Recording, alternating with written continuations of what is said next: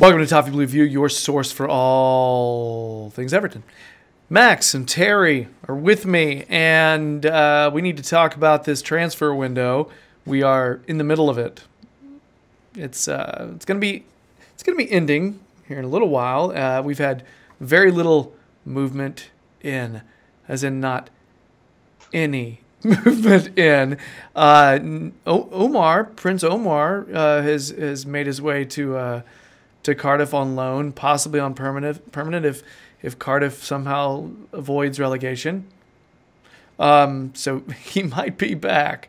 But Silva has come out and said several times, not just once, he's come out and said several times that the board has told him at the moment that we're not in a position financially to go into the market. The thinking here is that financial fair play, trying to get our wages down and all that stuff. How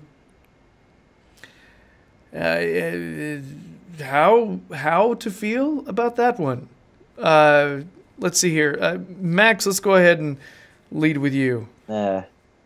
Machete's billionaire blues back on sell to buy. It's financial fair play, isn't it? It exists now, thanks to Manchester City and PSG going back 10 years now. You've got to balance out your wins and your losses.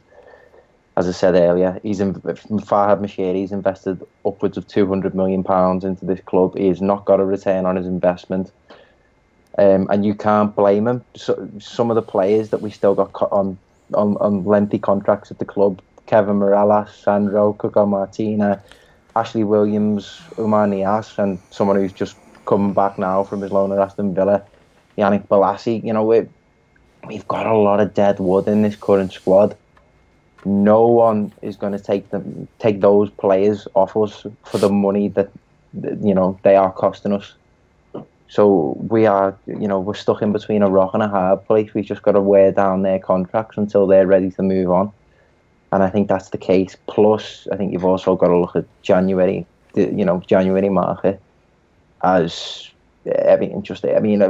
Football prices these days are just inflated as they are, but January, it just goes ridiculous, doesn't it? So I from a business strategy standpoint, I can understand it. Over these last 5 years, we have been the example of what not to do when you have money, and we're paying the repercussions of that now. Yeah. It's such a weird thing because it seems like when you look at it as trying to be detached, you look at it and you say, yeah, it makes sense. It does. It makes total sense. And then there's that part of you that thinks, shit, if we just had this player at this position and this player, you know what I mean? So it's that weird balance of being trying to be a logical supporter, because you're still a supporter and you want your team to, but at the same time we haven't been responsible in the past. No. And this seems like a hint at responsibility. You know what I mean? Yeah, and you could say that's been the case. We should have clocked on a long time ago. The compensation packages that he's been dishing out as well. Allardyce, Walsh, Koeman, Martinez. It all adds up. It does. It really does. You've got to factor it in context. Yeah, expensive mistakes. Yeah, to not spend is just perfectly sensible. No one wants to hear it because football fans like transfers, obviously, but you can't. It's kamikaze spending if you start adding more players to a wage bill that's already too big. We never learn our lesson either. Last season we brought in Cenk Tosun and Theo Walcott, and they were our two best players as soon as they came into the team. Fast forward 12 months, and now the two of them aren't good enough. Walcott was saying has been poor all season, and Tosun, whenever he's played, has not performed. So we say Tosun's even on the list to be moved on now for most people. And we spent about nearly 50 million on the two of them. It's people say there's value in this market. Yeah, for the very, very top end of the market, for the Virgil van Dijks and the players like that. It's when you're talking Callum Wilson for 50 million, it's I don't want us to spend in this window, unless it was the difference between You know, if we were going for the Champions League and that player could push us into it, or we were, you know, facing relegation and that player would get us out of it. A good summer will change everything, whereas a good January will change the rest of that season, maybe. Because if you buy from the Premier League, you get your pants pulled down for price. If you buy from abroad, you still have to pay over the odds anyway, because the clubs don't want to lose their players. You can't get any of the top players anyway, so you're taking sort of at best middle ground players. I mean, look who we're looking to sell. Exactly. Well, I was going to say, look at who we bought. It's something that we mentioned a lot at the time of the mad spending. We've just bought the best of the rest. We haven't bought any of those top-end market players. We bought in Theo Walcott, Michael Keane, Gylfi Sigurdsson. And because all these clubs, as you say, these Premier League clubs are seeing that we're paying way over the odds for players, they're going to pull our pants down for it. And, as you say, fast forward the clock, and the likes of Theo Walcott, Cenk Tosun aren't playing that well. We're not going to get a return on our investment. We're not going to profit. But being the way it is, we just have to sell them on. Like, the likes of Davy Klaassen, Ramiro Funes Mori. They're just going to have to bite the bullet. I mean, honestly, anyone we bring in now, if we even bought someone from abroad, sometimes they don't settle, or they take the full half season to settle, so there's no point getting them now anyway. And if you buy from the Premier League, you're going to pay just ridiculous amounts of money. I mean, Yannick Bolasie coming back this week is a perfect case in point for why we're not going to spend this window, because we've still got at least 10 crabs on our books who do not kick a ball for the club, and we're shelling out hundreds of thousands of pounds each week just to pay their wages. So he cost us nearly £30 million. If we were going to go out and spend more than that again on top of that, that's asking for trouble. That's how clubs fold up in the old days anyway. It's just, I'd love to be in a position where our entire squad, we had 24 players and they were all great and they all clicked, and there was someone out there who could just be that 25th member and he was great and he really made a difference. But that's a fantasy. We're not. Like, the players we've got now still are settling, let's be honest. Like, there's some of them haven't played 20 games for the club yet, and we're going to add more and more and more. You can subtract by adding sometimes. Arsene Wenger said it. You can actually make things worse by adding more and more players. I think we'd be better working on what we've got now and trying to manage out the dross we've got, because let's be honest, it is dross. We're not going to make any money back on any of them. And the type of players you get in January, the type of players we're looking to sell, you get a Nias in January. You don't get a top player. And the players that, I mean, we do have some players on our squad who want to go get playing time. They do. There are some players like Schneiderlin. Seems pretty clear he wants to leave and go somewhere. But we're not financially dumb. You know, I think we would prefer it be a permanent. But who's going to give us anything rational? Almost everybody's going to say, no, we just want to loan him. And then that problem comes back in the summer. And that's just going to that's this perpetuating problem. We just continue. Seeing that with Sandro, aren't we? Yes, seeing it with Sandro. You're never going to move on players at that wage level, because they are only clubs they'd go in and get a game for, and they can't pay those wages. Like, for Bolasie is £30 million nearly player that we've bought on 70 grand a week, and the only ones interested in them are Championship clubs, who, other than Villa, who were the biggest club in the Championship, and even they've decided to take a bath on the wages.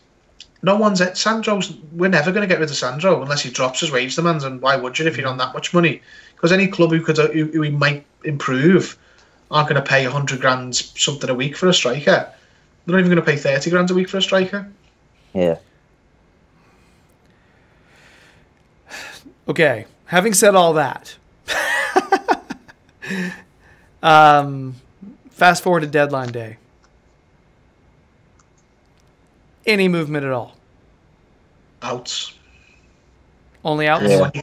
Anyone you can get out. If you can shift anyone out, it'd be good, because there's going to be no ins that are worth your time. People like Batshuayi probably doesn't want to come here. He wants to go to Monaco. He could easily be another Tosun. Might look good for a little bit and then drop off the face of the earth. And you've got another high-priced player who's got baggage and not going to be able to move on. Mm-hmm. I'd love to see if he came to me on deadline day. We'd sold Balassi to the Chinese league, or we'd moved. Who else is there? Schneiderlin's gone to France finally, and we did a class hand with him where we got a little bit of money back. We got 14 million off our 20. I'll be made up, because that would mean going into the summer there's less work to do before we can start buying again. Because we will start buying again, but the club have just sat down and decided to be grown up about it and go, you know what? There's nothing down for spending in this window. We need to get rid first, and even if we've had a clean deck, there's not much value out there anyway. Not for clubs like us. Definitely. We know more than most, because we've spent a lot of money in January on players who are now looking to give away. Yeah, exactly. And you see some of these silly articles linking us to like Timo Werner, Edinson Cavani, and just players that are on this just top end of the market, and we are a far cry from reaching those caliber of players. So I think people need to manage their expectations a little bit. And I think that's another reason Silva's come out and said, look, because he wants to manage the expectations, which is a smart thing to do. And the thing is, I don't think he's bullshitting either. I don't think this is a bluff. I think he's flat out saying this is the way we are right now. Well, he's just been a victim of poor inheritance, hasn't he? Really, he's just inherited an absolute calamity of a squad that's just a blend. It doesn't even blend well. It's just a weird mash of so many different stylistic clashes, from Martinez to Koeman to Allardyce, and you feel for him in that sense that he just got to work with what he has. And if something happens with Idrissa Gueye, that could affect some things too.